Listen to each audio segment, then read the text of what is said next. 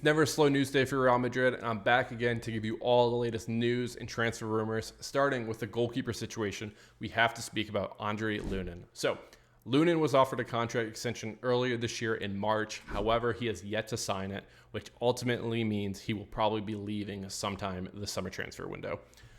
I fully understand where Lunin's coming from. He had a great campaign after Courtois was injured this year. He looked great in most of the games for Real Madrid up until the later half and right before the Champions League final. He looked really good.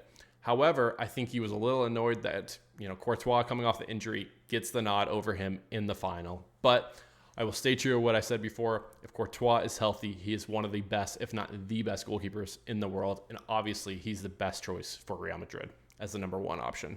So, what would happen with Lunin? Where would Lunin go, right? There's been some rumors that Premier League clubs are very interested, specifically Chelsea. Chelsea apparently has been talking and possibly wants to put in a bid right away.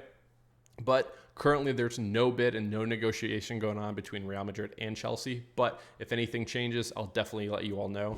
So, if Lunin does leave, where does that leave us with the backup goalkeeper? Now, what would happen, apparently, is that Kepa wants to come back to Real Madrid. He has said no a couple times already to different Saudi projects, even though that would make him, get a lot of money there, make it have a really big salary. He wants to come and play for Real Madrid, which I think is pretty great. He loves the badge. He loves playing in Spain. That's where he's from.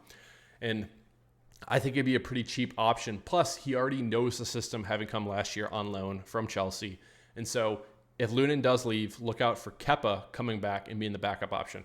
Now, personally, I don't rate Kepa at all, but if we actually think about it, Kepa wouldn't play that many games. He's a decent option as a backup goalkeeper, and so I think overall it'd be good business for Real Madrid. But if anything changes, I'll definitely come back and let you all know. We have to talk about, though, the fullback situation, specifically Alphonso Davies. Now, Real Madrid seemed very interested in Alphonso Davies. However, Bayern Munich reportedly want 50 to 60 million to get him this offseason. Now, Alphonso Davies has his contract run up next year in the summer, and so I don't expect Real Madrid to be willing to pay for that at all. I think they want to pay between 20 to 30 million, and honestly, it looks like they really want to pay nothing. So, what's that mean? It means that Alphonso Davies is very interested in Real Madrid. Real Madrid are very interested in him. However, this is looking more and more likely to be a summer 2025 transfer if it happens. And I think that's okay just because, we do have Mendy there. We do have, Fran Garcia there. Those are decent options. I actually rate Mendy a lot. I think he's been pretty solid.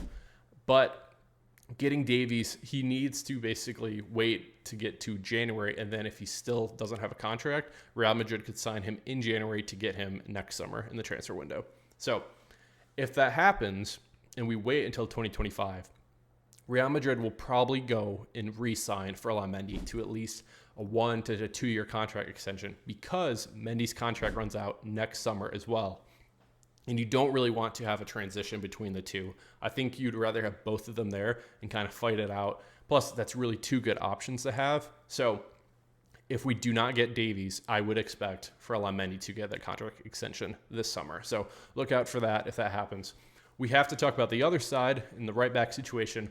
And I mentioned it earlier this week if you saw the video. If not, it's right here. Talking about Trent Alexander-Arnonld. Now, it does seem to be some interest between both parties for Alexander-Arnold to come to Real Madrid. However, it's the same situation as Davies. His contract runs out next year at Liverpool, and Real Madrid are willing to pay about 20 to 30 million. However, they also want to wait until next summer, which that is when Carvajal's contract runs up. And so is that extending Carvajal one more year? Is that Carvajal walking? I'm not sure, but there does seem to be some interest between the two parties. And so if something happens, look out maybe the winter transfer, possibly getting something in writing then. But otherwise, I would not expect Davies or Trent Alexander-Arnold to be moving to Real Madrid this summer. So that's the latest I have there. I think the thing for Real Madrid fans, and we have to remember, is that even though Mbappe came in as a free transfer, right? Free. He's reportedly making 164 million euros as a signing bonus, which is insane. Now, that is over the course of about 5 years, so it's about 32 million per year that he's getting that bonus. And so it does, burden a little of the payments, but that's still a lot of money. And we also have to remember, we just signed Endrick to his $47.5 million transfer. So that's a lot of money too.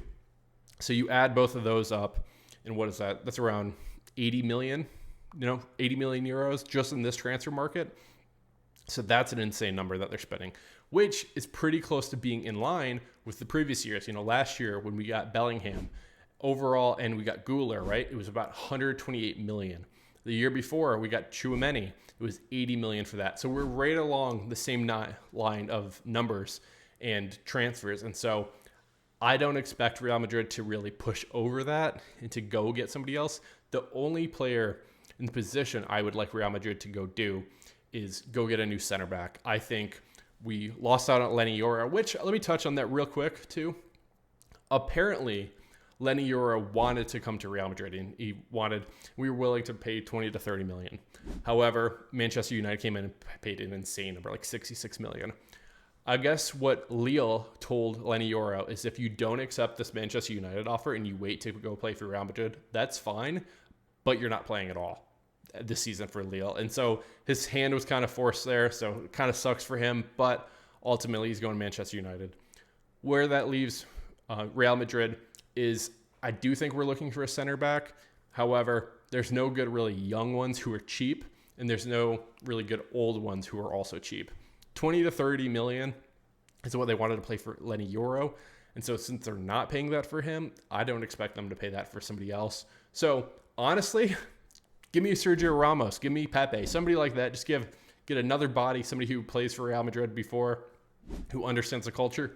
They're going to be a rotation piece anyways, I think that'd be the best option for Madrid. I don't know. Let me know what you think as well. Plus, let me know what you think too about the whole goalkeeper situation. Should we sell Lunin or should we bring Kepa in? Let me know in the comments below what you think. But yeah, I just want to come here and give you all an update and all the latest news and transfer rumors going on with Real Madrid. So if you like this content, if you like Real Madrid, definitely hit that subscribe button. And if you like this video, comment, let me know what you think. And yeah, this has been Dally with Dally FC. Thank you so much for watching this video. Cheers. Hala Madrid.